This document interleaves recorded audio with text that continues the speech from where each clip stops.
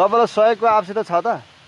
अब त पऱ्यो नि मलाई, अब के छैन, मर्नु भइसक्यो, अब लाग्यो के हुन्छ। अनि भाइले हेर्दा होला नि त तपाईँलाई? छैन भाइ छ त, एउटा कान्छो भाइ छ होइन? छ, भाइबाट आउँछ म आउँछु। तपाईँलाई के सहयोग, के अपेक्षा के राख्नु भएको सहयोगको चाहिँ खास तपाईँले? अब केही छैन, आमा बसेको छु, काम गरेको छु, त्यहाँ पढाएको छु, भोलि मऱ्यो भने म सक्छु। सकुन्जेल म गरेर खान्छु, भोलि मरेपछि चाहिँ मलाई कोही केहीबाट पनि सहयोग भएन, त्यसको लागि चाहिँ मलाई सहयोग जुटाउनु पऱ्यो भन्नु खोज्नु भएको तपाईँले? हजुर तपाईँलाई बारिसी नगरपालिकाले तपाईँ वडामा गएर नगरमा गएर केही माग्नु भएको छैन अहिलेसम्म? गरेको हो, तर मलाई के पाएन मैले। के दिनुभयो वडामा, के भनेर भन्नु?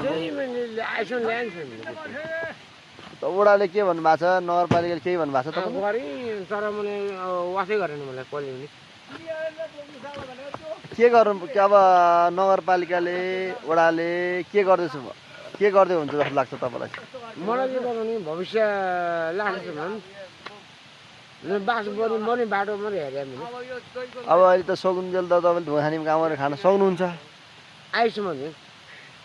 अब भोलि तलमाथि परेको खण्डमा दुख बिहान हुँदाखेरि उपचार गर्ने पैसा छैन, नगरले केही सहयोग गरे छैन भन्नु खोज्नु भएको हो?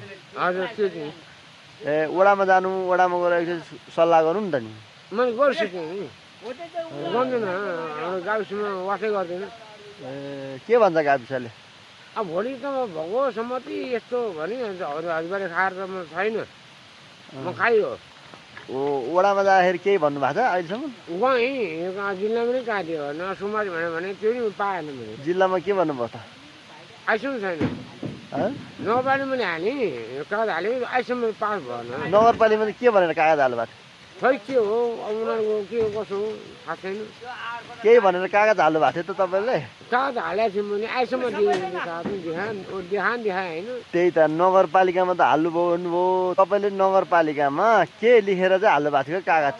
म सुमासी भनेर लेखाएको हो मैले, सुमासी गऱ्यो भनेर लेखाएको मैले। सुकुम्बासी भनेर लेख्नु भएको, दिएन वडाले, नगरपालिकाले केही पनि वास्ता गरेन। कहिले हाल्नु भएको तपाईँले, कति भयो हाल्नु भएको? यो 1 वर्ष भयो। 1 वर्ष भयो? हाम्रो यही वडा नम्बर 8मा गर्नु भएको कि? वडा नम्बर 9 त 8कै छ, वडा नम्बर 8कै छ। ल साथी हो, कसले अब हाम्रो सामाजिक सञ्जाल मार्फत केही अगाडि बढाएर उहाँको घर परिवार सुकुम्बासी हो होइन, उहाँको बिहे भएको छैन, उहाँको भाइ छ, बुहारी छ, अब नगरले नि पैसा हालिदिनु भएन रे। हुन त म एउटा पत्रकार त